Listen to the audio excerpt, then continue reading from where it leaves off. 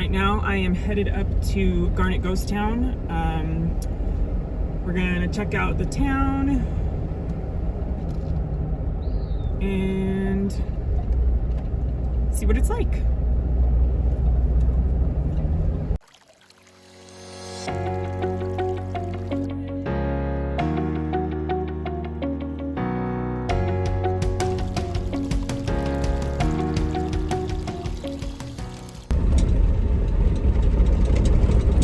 So the road coming into Garnet Ghost Town from the 83 is paved for, I don't know, a few miles. And then it turns to dirt. And then it turns to dirt. And it's nice and wide, but it's so washboarded that it sucks. So when I leave here, I'm gonna go the opposite direction. Well, I'm gonna just go straight through. So instead of turning around and coming back this way, I'm gonna go all the way through.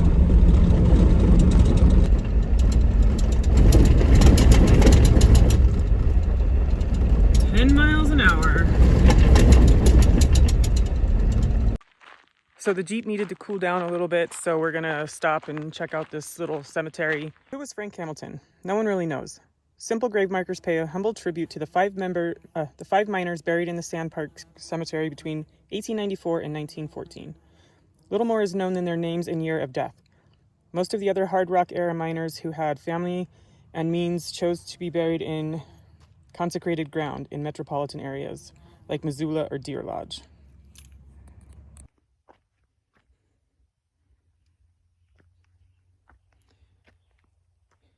(1898) 1905, 1906,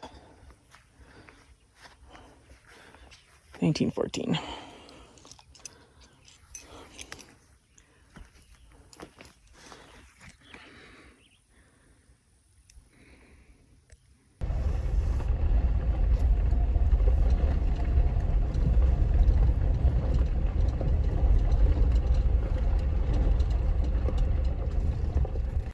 Okay, so there's a $3 fee to get in.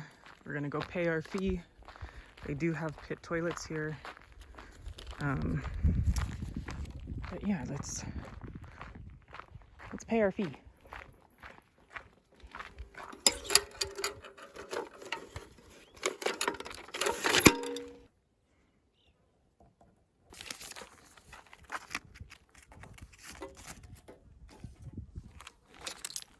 Looks like there used to be some sort of camping here, but I don't know that they allow that anymore. They might.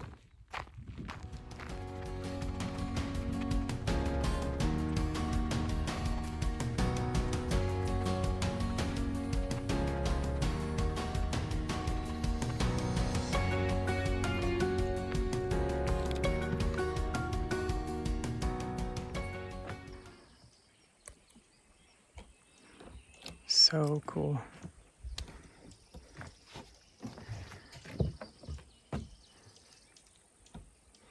In 1898, Garnet was a booming gold camp with nearly 1,000 residents. The town included 4 stores, 4 hotels, 3 livery stables, 2 barbershops, a union hall, a school, a butcher shop, a candy shop, a doctor's office, an assay office, and 13 saloons. The surrounding mountains were rich in gold, bearing quartz, so Garnet grew rapidly until about 1905, when many of the mines were abandoned. So I guess in 1912, a fire destroyed most of the town. And Garnet's one of Montana's most intact ghost towns. Hi. I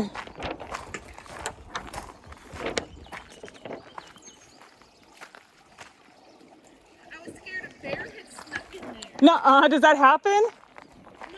No. I like opened it up and I was like, because someone had left the seat open, so it was kind of smelly. Oh.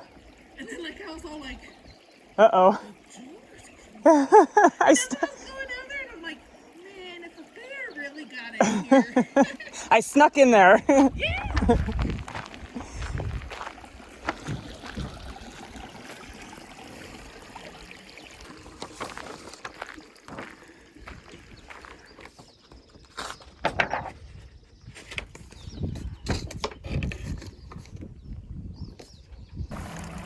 This is so cool.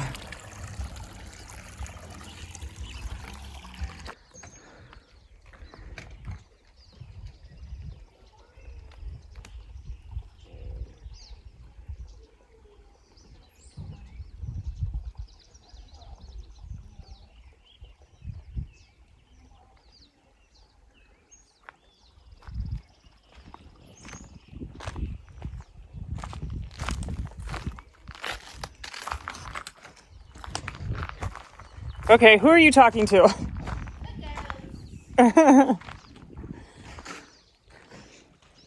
to them every morning and every night. Yeah, good morning and good night. I worked with old stuff for a while, and it's probably just a little bit of, just I don't know, I always do it. Yeah, that's A cool. lot of us do to work with this stuff. Yeah, that's awesome.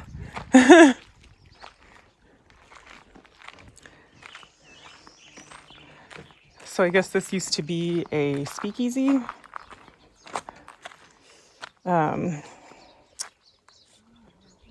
Before Prohibition ended in 1933, this cabin operated as a speakeasy or underground tavern.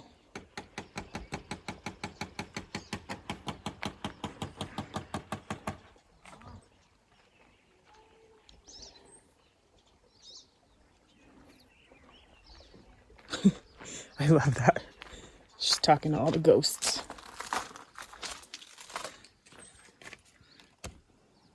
We'll have to talk to them too.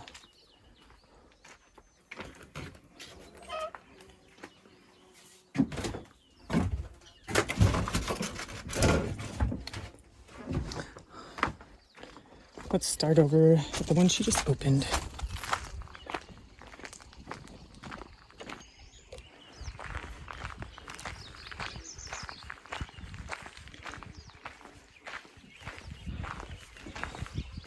Good morning.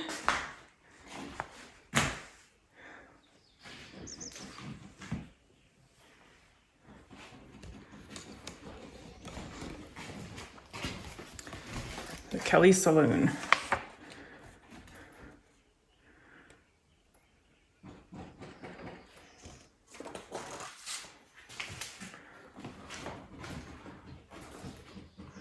All these old newspapers. Let's see. I'm looking for a date. February 4th something.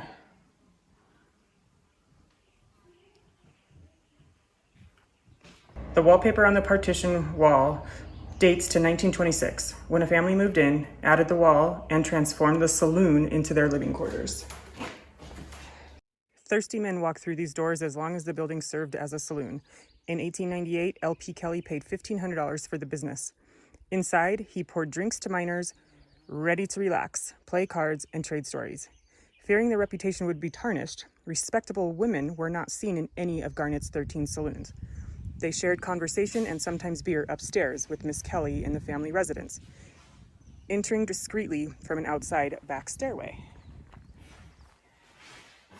And I'm guessing that's where the wood-burning stove was. And if you pissed somebody off, you got put in a closet under the stairs. And unfortunately, the upstairs is blocked off. Okay, hello and goodbye.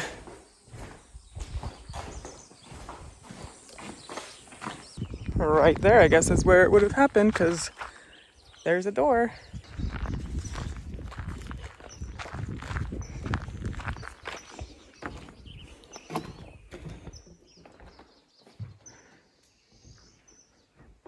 Morning. 1906 style shopping. Pretend you've entered the store in 1906 with a shopping list. Need a new shirt? Look to the left at long shelves heaped with clothes, lamps, dishes, pots and pans, linens, vases, and utensils. Pick out a pair of boots from the center table. For groceries, you'll need peas, rice, pickles, dried beans, and apples, all stored in barrels. Next, a few canned goods, and then cross the sawdust floor to order fresh beef. Ask Frank Davy to grind some coffee too. Finally, catch up on town gossip with a couple of friends seated close to the potbelly stove. In 1906, a dozen of eggs was 30 cents, butter 30 cents, 1 can of salmon 20 cents, 1 can milk 10 cents, 1 lamp chimney 15 cents, 1 can coffee 25 cents, 1 can oysters 15 cents, shaving soap 10 cents. Goodbye. Bathroom, anyone?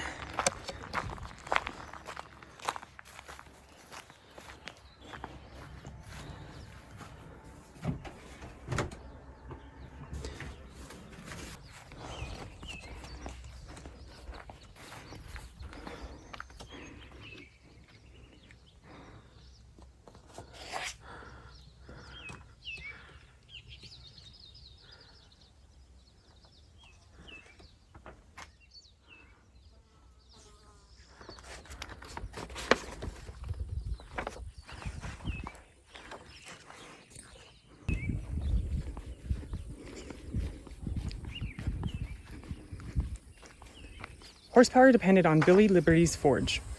Just as auto repair shops keep our cars on the road, Billy Liberty's blacksmith shop kept horses shod and wagons running. He worked with bellows of a fiery forge and artfully shaped red-hot iron on his anvil. If you walked inside sometime after 1898, you'd see horseshoes of all sizes hanging on the wall and a stall for 2 horses. A tub of water stood handy by the forge. Liberty also sharpened picks for the miners and forged common household items. A log cabin might not look like much of a jail, but step inside and you'll notice a few security features unlike those found in any other building here. The log ceiling and log floor prevented prisoners from digging out. 1 small window let light in. The jail opened its doors as Garnet's saloons became the new gold rush in 1897. This cabin probably served as a drunk take more than anything else. The miners' union presided over a miners' court to handle disputes. The jail was erected in 1897, but never received much use. During the early days, there were shootings and problems with claim jumpers, but people generally would work out these issues without using the jail. One person to be seen in the jail was Frank Kern, a miner who killed someone's dog when he was drunk. It was not unusual for someone to be carrying a rifle in town, but they were only used for hunting game. The post office was built between 1896 and 1900 as a miner's cabin. Nels Seaton was the postmaster in the late 1920s when he moved into the Adams house. After his death in 1939, Walter Moore took over.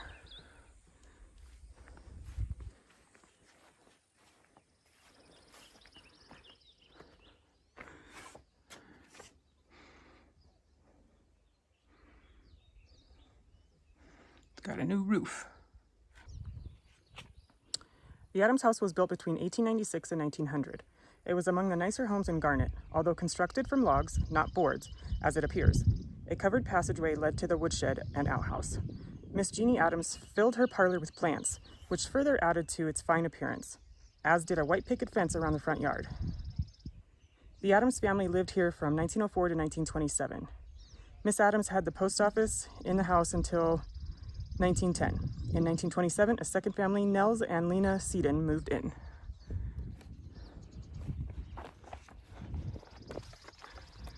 So I guess there used to be a covered walkway that would go from the house to the outhouse. Hello, good morning.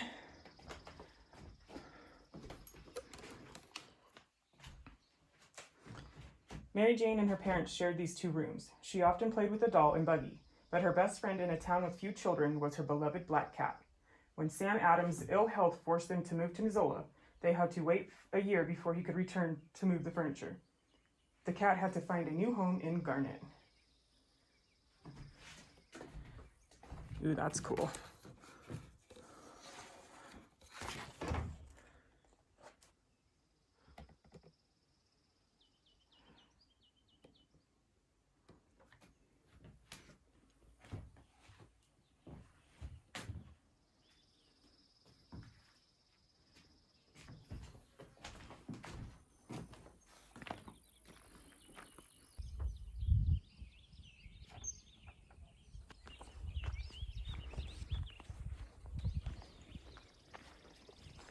These cabins were homes of miners.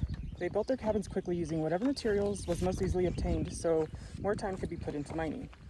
Logs notched at the corners fit closer together, requiring less daubing to fill the spaces. Daubing material came from whatever was on hand, usually mud, grass, and moss. The board roofs leaked badly, so later corrugated iron was used to make them more waterproof.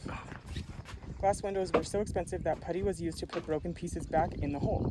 Occasionally, miners would put too much wood into their wood stoves, causing them to become red hot. Several cabins were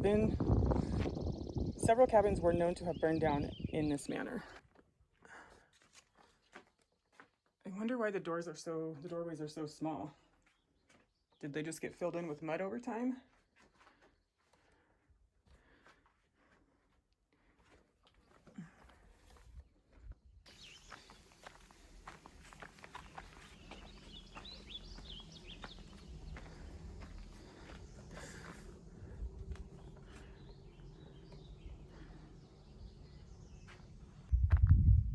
Built between 1896 and 1900, the Honeymoon Cabin was constructed by a miner who lived on Frank Davy's land. Davy acquired the cabin when the miner left, and he began letting newlyweds live in it to rent-free in 1917. They could stay until a new couple got married and needed a place to stay.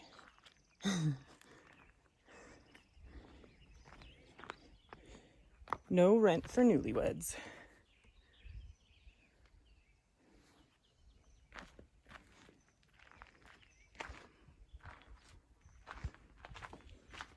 How'd you like to shack up in this little shanty? This cabin may have been a rented residence of the Joseph and Catherine Fitzgerald family. They later built a permanent residence up Dublin Gulch in 1911. Joseph operated a saloon with a rooming house upstairs on Main Street until it burned down in the fire of 1912.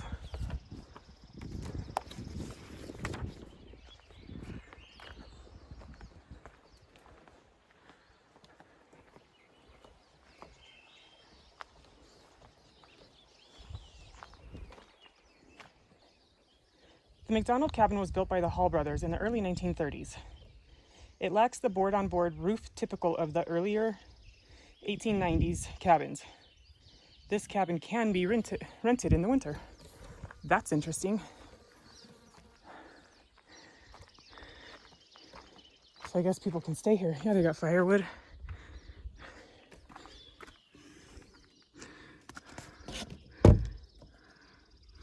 They got all this stuff. Bedroom. I don't know if you can see.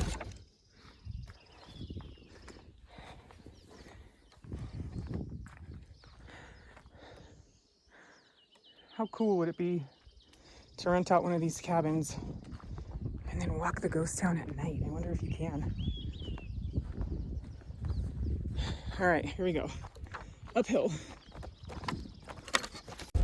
Whew, I am sweating bullets. So the park ranger said to get to I-90, which is the opposite way I came in, go to Cave Gulch, and she said it's the adventurous way to get out. And I said, so the Jeep will make it? She's like, oh, you'll be fine. You'll have a good time. So that's what we're doing. We came in from Highway 200, I guess, and then we are leaving via Cave Gulch to I-90.